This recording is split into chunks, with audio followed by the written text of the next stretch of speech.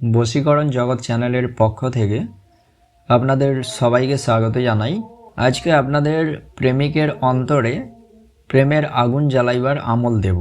আজকে আমি যে বিদ্যাটি নিয়ে এসেছি, এই বিদ্যাটি কিতাবি বিদ্যা হলেও এটি আমার পরীক্ষিত।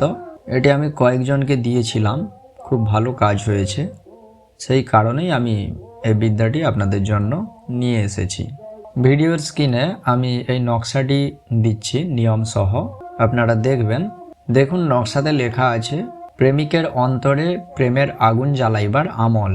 কোনো প্রেমিক যদি তার বর্তমান প্রেমিকাকে পরিত্যাগ করে নতুন কাহারও দিকে আকৃষ্ট হইয়া পড়ে, তবে তাহা দূর করিয়া তাহার মনে প্রেমের আগুন প্রজ্বলিত করিয়া বর্তমান প্রেমিকার প্রতি আকৃষ্ট রাখিতে হইলে নিম্নের তদবির করিবে। নিম্নের তাবিজটি মেশক জাফরান দ্বারা লিখিয়া গভীর নিশীতে কোনো নির্জন স্থানে বসিয়া তাবিজটি মোমবাতির আগুনে জ্বালাইবে। আল্লাহর ইচ্ছায় সাথে সাথে উদ্দেশ্য সাধিত হইবে। তো আশা করি আপনারা বুঝতে পেরেছেন। কোনো প্রেমিক যদি তার বর্তমান প্রেমিকাকে পরিত্যাগ করে, সেই প্রেমিকা এই আমলটি করতে পারবেন। যে নকশাটি এখানে দেখছেন, এই নকশাটি ভোজ্যপত্রের উপরে অথবা সাদা কাগজের ওপরে মেশক জাফরান দিয়ে লিখবেন। লিখে এটিকে আপনারা প্রাণ প্রতিষ্ঠা করবেন। আপনার যদি কোনো নির্জন কক্ষ থাকে, তাহলে সেই নির্জন কক্ষে বসে আপনি এই কাজটি করতে পারবেন। এই কাজটি যখন করবেন, শুদ্ধ হয়ে পাক পবিত্র অবস্থায় করবেন।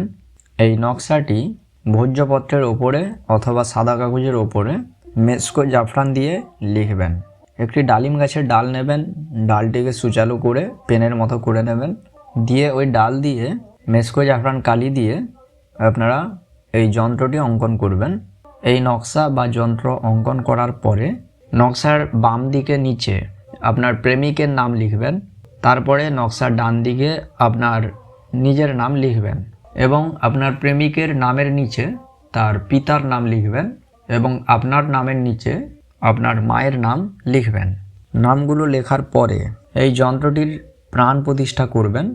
যন্ত্রটির প্রাণ প্রতিষ্ঠা করার পরে যন্ত্রটিকে ধূপ, দ্বীপ, ফুল, অক্ষত ইত্যাদি দিয়ে পুজো করবেন।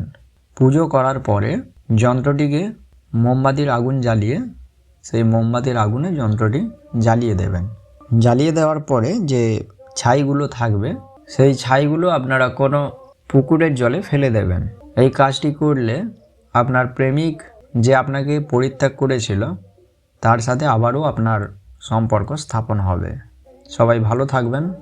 ধন্যবাদ।